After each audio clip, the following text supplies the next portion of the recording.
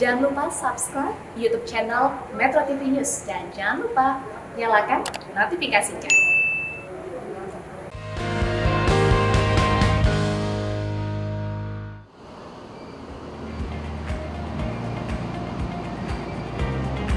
Ya, pemirsa, yang saat ini Anda saksikan adalah gambar situasi lalu lintas di flyover Pesing, Jakarta Barat.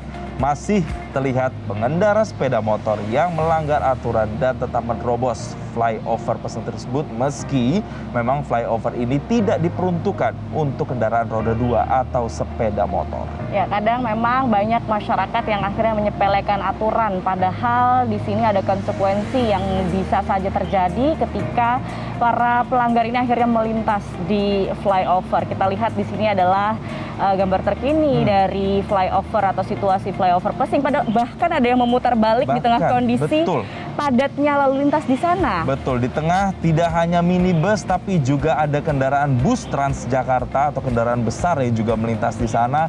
Kita lihat bahkan jumlahnya tidak 1-2 pemirsa. Ini ada puluhan bahkan sampai ratusan pengendara sepeda motor nampaknya yang lewat, dan ini nampaknya mereka harus putar balik karena mereka takut ada polisi yang berjaga di depan. Ya, biasanya ya putar balik karena takut kena razia, tapi kita lihat kembali lagi kita bahas pemirsa bahwa ada konsekuensi yang akhirnya terjadi ya ketika ada pelanggaran di sana dan akhirnya juga ada kecelakaan lalu lintas. Dari peristiwa kecelakaan di flyover Pesing, Jakarta Barat, kita bertanya pemirsa, mengapa kemudian pengendara mobil bisa menjadi tersangka?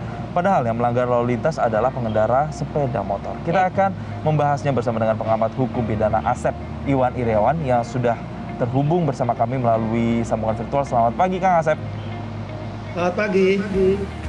Kang Asep, yang menjadi pertanyaan besar di sini, kenapa pengendara mobil yang menjadi tersangka, Kang Asep? Padahal di sana juga ada pelanggaran yang dilakukan oleh pengendara motor yang melintas. Karena kan kalau di sini kita lihat ke situasinya, pengendara mobil agak kesulitan akhirnya karena ada pengendara motor di sana.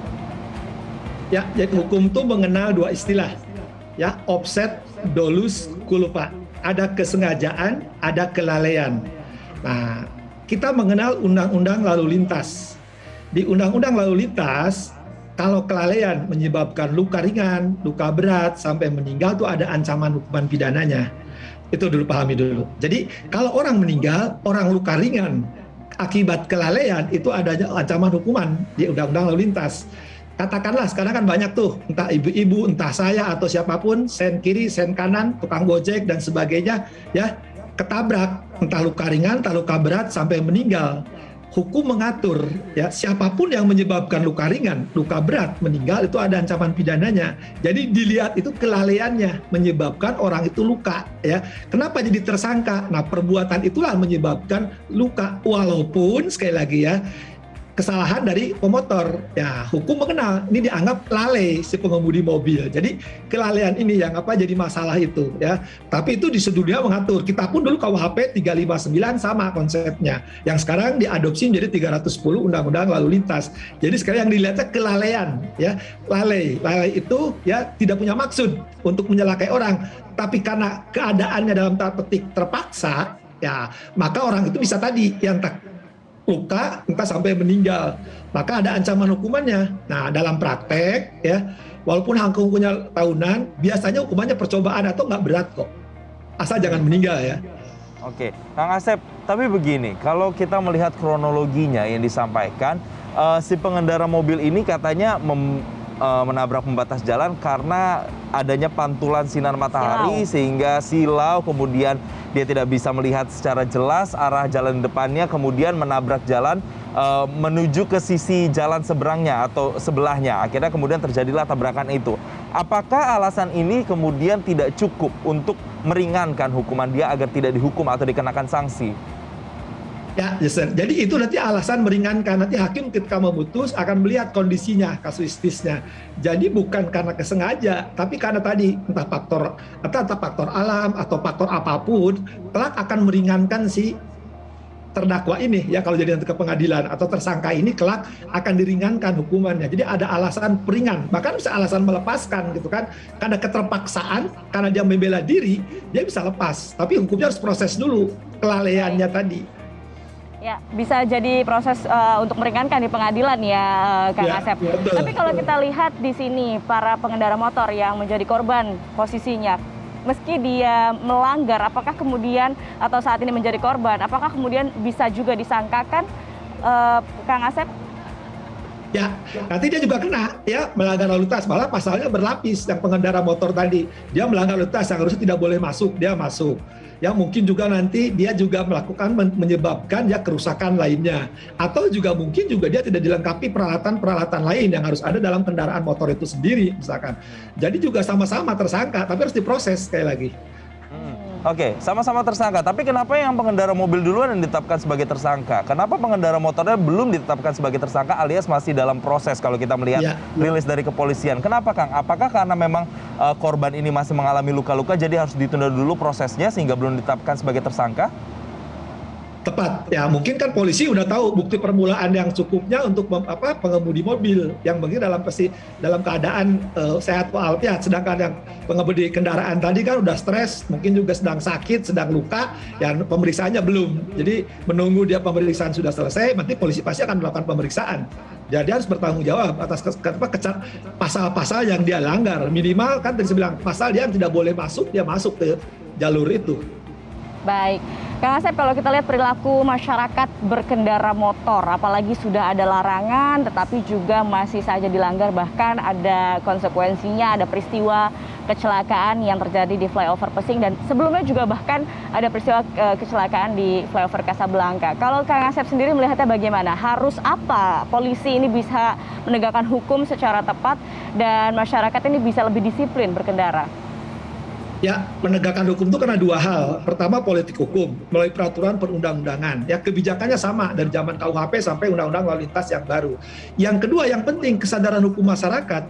Coba aja, saya kan kalau pagi itu ya lewat Mampang, lewat Pasar Minggu, itu jubilah itu pengemudi motor itu kan kayak laron gitu kan, kita serba salah kan, mesti mending kayak laron. Kadang-kadang kita berhadapan dengan tapak merah kan, spion kita ditabrak, kadang-kadang kita diludahin, kita emosi nabrak. Nah itu memang butuh kesadaran semua pihak ketika mengemudikan kendaraan ya, apalagi kendaraan bermotor ya harus hati-hati karena risikonya Anda akan berhadapan dengan hukum ya. Nah itu tapi kadang-kadang tadi ketika kita mengemudikan kendaraan ya ada mereka rombongan banyak, malah kita dikeroyok gitu kan. Makanya saya paling aman ya naik busway, selesai naik di busway diem kan.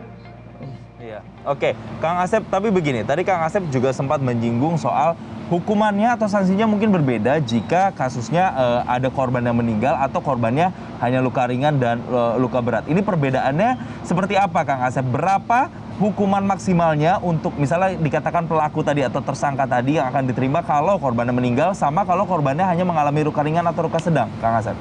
Ya, jadi 310 itu ada ayat 1, ayat 2, ayat 3, ayat 4, ayat 5. Nah, sampai di ayat terakhir itu ada sampai menyebabkan meninggal dunia. Kalau meninggal dunia itu 6 tahun. Kalau luka permanen tuh 5 tahun. Kasus yang kemarin kita selegra meninggal itu kan, tapi sebenarnya bukan meninggal, luka beratnya itu kan ancamannya 5 tahun. Oleh JPU dituntut 4 tahun setengah sekali lagi. Jadi itu ancamannya bertahap ya sampai luka biasa gitu kan. Tapi sekali lagi, umumnya hakim menjatuhkan jarang berat hukumannya. Malah umumnya percobaan ya.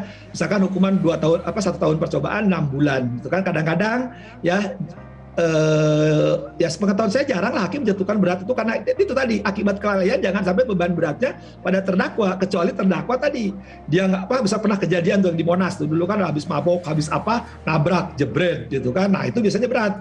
Tapi kalau kita sedang mengemudikan kendaraan di jalan tiba-tiba motor nyenggol, gubrak gitu, mati dia. Nah biasanya hakim jarang, jadi kasuistis melihatnya. Jadi walaupun dia mati, walaupun dia luka permanen, jarang hakim menjatuhkan hukuman berat. Bahkan kadang-kadang hakim berani membebaskan, melepaskan gitu kan. Misalkan contohnya tadi yang saya berani mengatakan ketika dia silau, ketika dia terpaksa melakukan itu karena tidak bisa ada cara lain ya, sehingga dia keluar jalur, ketika dia menabrakkan ke trotoar atau pembatas jalan, di situ hakim akan keluar. Jadi diproses dulu baru hukumannya tidak akan, sepengetahuan saya sekali lagi ya, pengalaman baik sebagai hakim maupun kita lihat perkembangan sekarang, jarang hakim menjatuhkan maksimal kecuali memang kesengajaan bukan tanda petik nggak ada kesengajaan, kelalaiannya sejak awal dia ngebut gitu kan, pakai bawa mobil ngebut, dasar motor juga ngebut, jebret, tabrakan. Nah di situ baru hukumannya berat. Tapi kalau kita sedang mengendarai kendaraan, misalkan kita dari Meruya ke Grogol, ke Pasar Minggu, ke Pejaten, ya biasalah pulang atau pergi tiba-tiba motor nyelonong. Nah, itu bisa ringan. Tapi kalau kita misalkan karena terburu-buru ya dikejar waktu atau dikejar kepentingan lain sehingga kita ada kecerobohan, nah itu yang akan memberatkan. Baik, karena faktor lalai tadi sebetulnya hakim bisa melihat bahwa ini adalah faktor ketidaksengajaan dan lagi-lagi kita ingatkan masyarakat untuk lebih disiplin berkendara karena ini juga menyangkut nyawa orang ya, apalagi ini kita lihat di flyover sudah ada larangan, jangan sampai deh kita juga melanggar aturan lalu lintas. Terima kasih Kang Asep Irwan Irawan telah bergabung bersama kami di Selamat Pagi Indonesia dan memberikan pencerahannya. Baik, tetap ada konsekuensi hukum yang harus kemudian kita waspadai bersama ketika Anda melanggar lalu lintas pemirsa. Kami masih akan kembali dengan sejumlah informasi lainnya untuk Anda usai jeda berikut ini. Tetaplah bersama kami di Selamat Pagi Indonesia.